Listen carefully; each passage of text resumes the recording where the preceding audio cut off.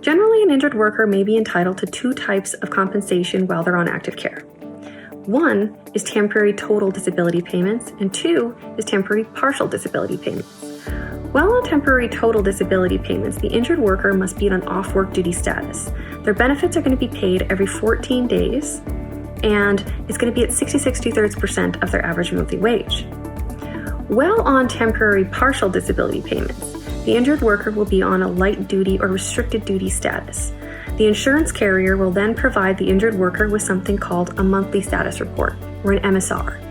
The injured worker has to complete the MSR and return it to the insurance adjuster for payment. Their payment will be at 66 2/3% of the average monthly wage. When the injured worker is no longer on active care, that means that a doctor has considered them something called maximum medical improvement, or MMI. And when an injured worker's claim is closed, it's going to be closed as either scheduled or unscheduled. A scheduled injury is normally your hands, your feet, your arms, your legs, whereas an unscheduled injury would be your shoulders or your back or your neck, or in some cases even a psychological injury.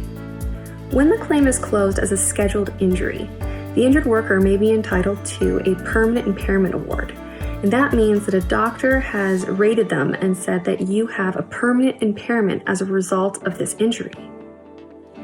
The impairment rating is then calculated by the average monthly wage, and it's payable at 50% of the average monthly wage if that injured worker is able to return to their date of injury occupation with that impairment, or at 75% if the injured worker is not able to return to that date of injury occupation with that impairment.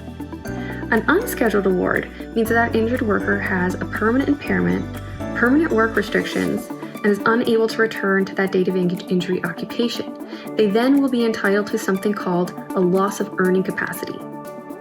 The loss of earning capacity is then evaluated by a labor market consultant, and they look at the injured worker's education, training, experience, and their permanent restrictions, and they see what that injured employee is able to go out and do with these permanent restrictions. Once the loss of earning capacity award has been issued by the Industrial Commission of Arizona, the injured worker will be entitled to that loss payable at 55% every month for the remaining of that injured worker's lifespan.